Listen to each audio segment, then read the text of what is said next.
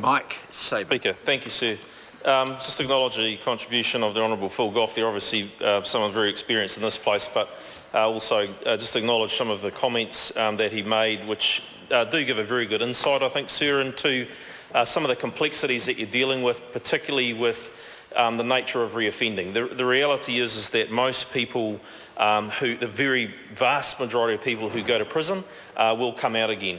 And really the challenge for parliamentarians, the challenge for authorities and the wider community, I guess, is to ensure that when they do come out of prison that they don't go back into it.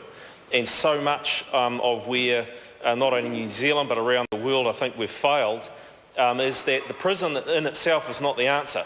It's what goes on inside there and what goes on in terms of rehabilitating the individual, or obviously there's a degree of punishment involved in that, but it's actually the opportunity to have essentially a captive audience, literally, to try and remediate and address the issues that have seen them enter into the imprisoned environment. And there are a multitude of reasons as to why people will find themselves in prison, sir. But fundamental to the ability to prevent reoffending is the role that parole has in that, and setting the appropriate incentives, if you like, sir, and also ensuring that the message can be sent about what expectation there is on an individual to actually engage in behaviour, rehabilitative behaviour, and programs that are going to ensure that there's a high probability that they will continue a lawful life thereafter and not end up back in the facility.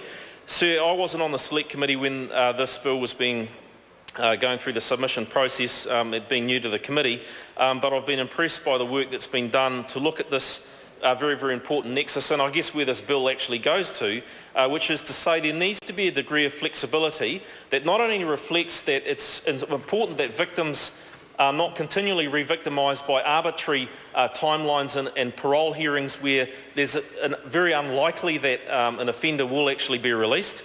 And that is obviously a very, very important consideration.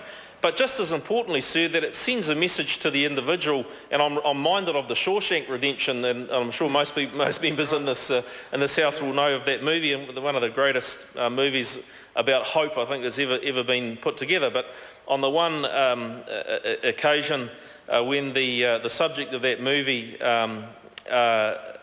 said, well, don't waste your time with me, you put your rubber stamp there and away you go, and he was granted parole. And there is some sort of truth in that, sir, and Mr Goff mentioned about it, is that to some extent the parole board has to get a sense of where the individual is before they can make a confirmed judgment. They think that the risk-reward ratio is in the right space. So there is an element of that, but having a degree of flexibility so that you can see that when someone is actually engaged in a rehabilitative process that is genuine and motivated to get themselves out of that environment, that the parole board can actually bring forward their next parole hearing as a result of that.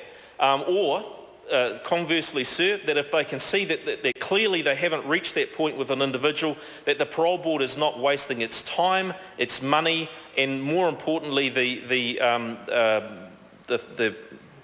feelings and emotions and re-victimising the victim by putting them through that process, that they can extend that period, sir. So what it does, there is to some extent, I guess, a carrot and stick component to that, and I think that's going to be very, very important, because the crux of what this whole parole system is about, it should be ensuring that it's fit for purpose to ensure that the very best opportunity for re-engaging that individual in either rehabilitation programs that will ultimately resolve their propensity to offend, or ensure that their engagement in community is going to support them to not re-offend. And so in introducing an element of flexibility, and I pick up on the point that Mr Goff made, that this may not necessarily extend the amount of, well, this won't extend the amount of time that people are spending in prison. It could very well actually reduce the amount of time, is by getting those settings right, sir. So I think this is a very important piece of work. I think it's reflective of a justice system that understands that there's no one shoe that fits all feet here, And it's very, very important these shoes are made for walking right out of prison, hopefully in the most cases. But that's what this bill is really doing, Sir. It's making it far more fit for purpose, far more efficient and far more user-friendly to the victims of crime. Thank you, Sir.